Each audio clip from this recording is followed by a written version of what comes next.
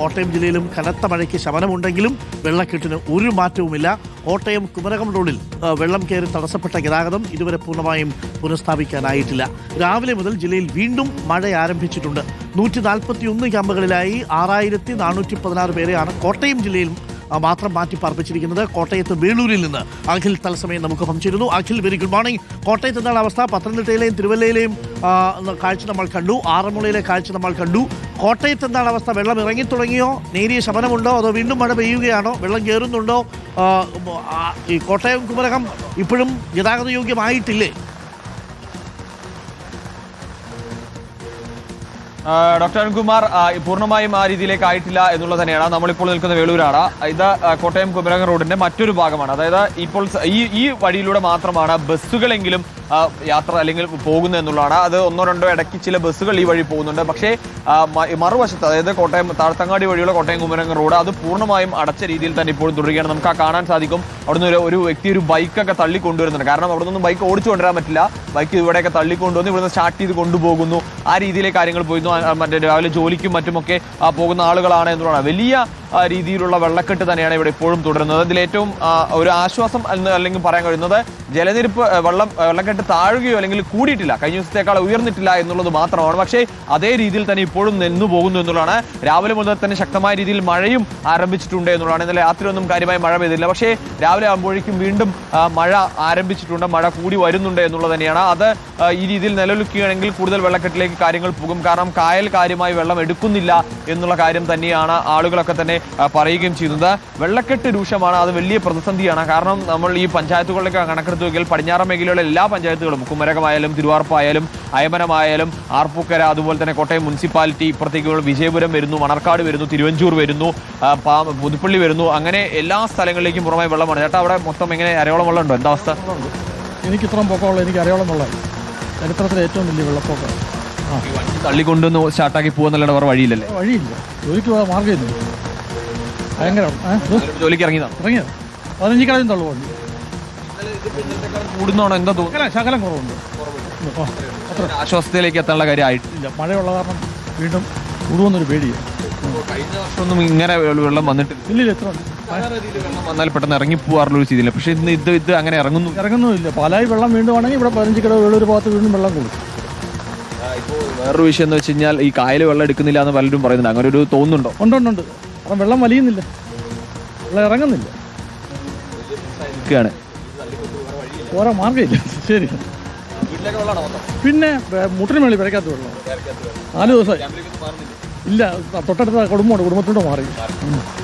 അത് തന്നെയാണ് ഡോക്ടർ അരുൺകുമാർ, അങ്ങോട്ട് പോകുന്ന എല്ലാ ആളുകളുടെയും അത് തന്നെയാണ്. നമുക്ക് നിരവധി ആളുകൾ ഈ രാവിലെ ജോലിക്കൊക്കെ ഈ വെള്ളക്കെട്ടിലൂടെയൊക്കെ നടന്നു വരുന്ന ആളുകളെ കാണാൻ സാധിക്കും. കാരണം ഇടയ്ക്കൊക്കെ 1-2 ബസ്സുകൾ ഓടുന്നുണ്ട് എന്നുള്ളത് മാത്രമാണ്. അവർ പോലും വലിയ റിസ്ക് എടുത്താണ് ഇതിനെ ഓടിക്കുന്നത്. കാരണം ഈ ബസ്സിൽ പോലും വെള്ളം അല്ലെങ്കിൽ കയറി ബുദ്ധിമുട്ടാവുന്ന രീതിയിലേക്കുള്ള വെള്ളക്കെട്ടുണ്ട്. അദ്ദേഹം പറഞ്ഞിട്ടില്ല, അദ്ദേഹം അത്രയും നല്ല ഉയരമുള്ള വ്യക്തിയാണ്. അദ്ദേഹത്തിന്റെ അരയോളം വെള്ളം അവിടെ ഉണ്ട് എന്നുള്ളതാണ്. അങ്ങനെ ഈ ഭാഗത്തുള്ള വീടുകളിൽ നിന്നുള്ള ആളുകളെ മുഴുവൻ ഒഴിപ്പിച്ചിട്ടുണ്ട്. കാരണം ഇവിടെയൊക്കെ വീടുകളിലേക്ക് പകുതിയോളം വെള്ളം ഇതിനോടകം തന്നെ കയറി കഴിഞ്ഞ് വീടുകളിലേക്കൊക്കെ ശക്തമായി വെള്ളം കയറുകയും ചെയ്തിട്ടുണ്ട് എന്നുള്ളതാണ്.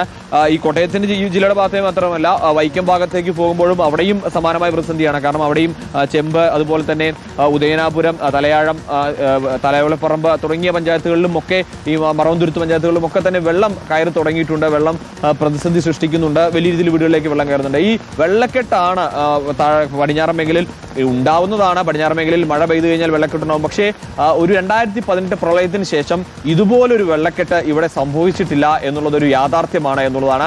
കാരണം അത്ര വലിയ വെള്ളക്കെട്ട് 2018 പ്രളയത്തിന് സമാനമായ രീതിയിൽ തന്നെ വെള്ളം ഉയർന്നു വന്നിരിക്കുന്നു എന്നുള്ളതാണ്. കാരണം MC റോഡിൽ ഇന്നലെ വെള്ളം കയറുന്ന സ്ഥിതി ഉണ്ടായി. 2018 ശേഷം അല്ലെങ്കിൽ ആ പ്രളയ സമയത്ത് മാത്രമാണ് കോട്ടയം MC റോഡിൽ വെള്ളം കയറുന്നത്. കോട്ടയത്ത് ഏറ്റവും പ്രധാനപ്പെട്ടതാണ് MC റോഡിൽ വെള്ളം കയറുന്നത്. അവിടെ അത്രത്തോളം വെള്ളം കയറും. അതുപോലെ തന്നെയാണ് ഇറഞ്ഞാലിൽ നിന്നും, അതായത് ഈ വിജയപുരം പഞ്ചായത്ത് തുടങ്ങുന്ന ഇറഞ്ഞാൽ പാലത്തിന് ഇപ്പുറത്ത് നിന്നും മറുകരയിലേക്ക് അങ്ങ് തിരുവഞ്ചൂരിന്റെ അതുവരെ ഏകദേശം 6-8 കിലോമീറ്ററിലധികം ദൂരം പൂർണ്ണമായും വെള്ളത്തിലാണ്. അത് റോഡാണ്, പ്രധാനപ്പെട്ട റോഡാണ്. എന്തായാലും ഇപ്പോൾ ബസ് വരുന്നു. നമ്മൾ പറഞ്ഞ പോലെ തന്നെ ഇടയ്ക്ക് ഓരോ ബസ്സും മറ്റുമൊക്കെ വരുന്നുണ്ട് എന്നുള്ളതാണ്. അതുപോലും നമുക്ക് ആ ബസ്സൊക്കെ കുറച്ച് മുൻപോട്ട് പോയി കഴിഞ്ഞാൽ ആ ബസ് പോലും എത്രത്തോളം വെള്ളത്തിൽ മുങ്ങിയാണ് പോകുന്നത് നമുക്ക് കാണാൻ കഴിയും എന്നുള്ളതാണ്. തന്നെയാണ് പോകുന്നത്. ചെറിയ വാഹനങ്ങൾ ഇറക്കാതിരിക്കുന്നത് തന്നെയാണ് നല്ലത്. ഡ്രൈവർ അങ്ങോട്ടൊക്കെ വെള്ള അവസ്ഥ ബുദ്ധിമുട്ടാണോ? അങ്ങോട്ട് നല്ല ബുദ്ധിമുട്ടാണ്. റിസ്ക് എടുത്താണോ വണ്ടി ഓടിക്കുന്നത്? എന്തോ എടുത്താണ് ഓടിക്കുന്നത്. ബ്രേക്ക് കിട്ടാൻ പാടാ പോകുന്നത്. എന്നാലും സൂക്ഷിച്ചൊക്കെ പോവാണ്. ഒഴിച്ചു പോകുന്ന അവിടെ ആൾക്കാരുള്ളതുകൊണ്ട് നമ്മൾ പോകുന്ന. ഈ ചെറിയ വെള്ളക്കെട്ട് വണ്ടി ഇറങ്ങി കഴിഞ്ഞാൽ വിട്ടുപോയില്ലേ? ചെറിയ വണ്ടികളൊക്കെ ചെറുവണ്ടി വിട്ടുപോകും.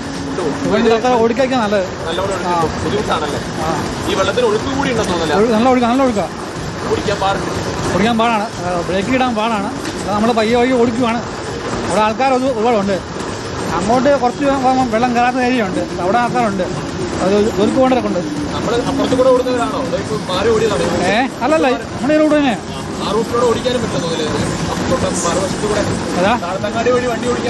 താഴത്തങ്ങാടി ഓടിക്കാൻ പറ്റത്തില്ല. അത് നല്ല വെള്ളമാണ്. ഇത് ആറിൻ്റെ തീരത്തല്ലേ.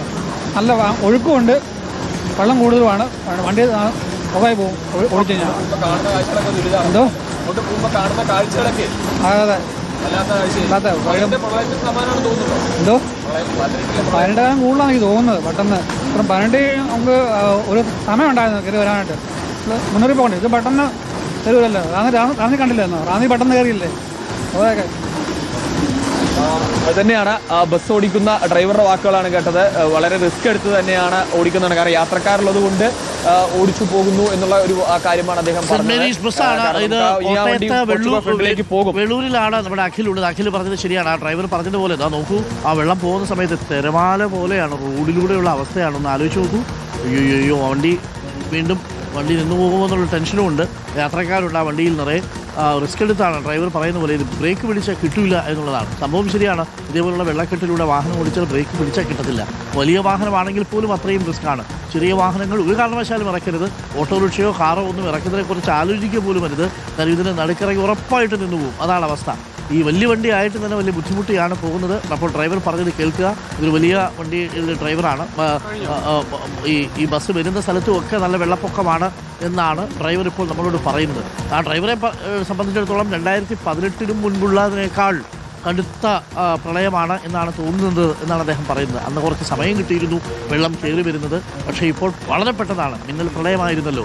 അതുകൊണ്ട് വെള്ളം പെട്ടെന്ന് കയറി വരുന്നു. തുള്ളിക്കൊരു കുടം എന്ന മട്ടിലാണ് മഴ പെയ്യുന്നത്. മറ്റൊരു ജീപ്പ് കൂടി അവിടെ നിന്ന് വരുന്നുണ്ട്. ജീപ്പൊക്കെ പക്ഷേ അങ്ങ് കടന്നു പോകുമായിരിക്കും. പക്ഷേ എങ്കിലും ചെറിയ വാഹനങ്ങൾ ഇറങ്ങുന്നത് സൂക്ഷിച്ച് മാത്രം നിങ്ങൾ ഇറക്കുക.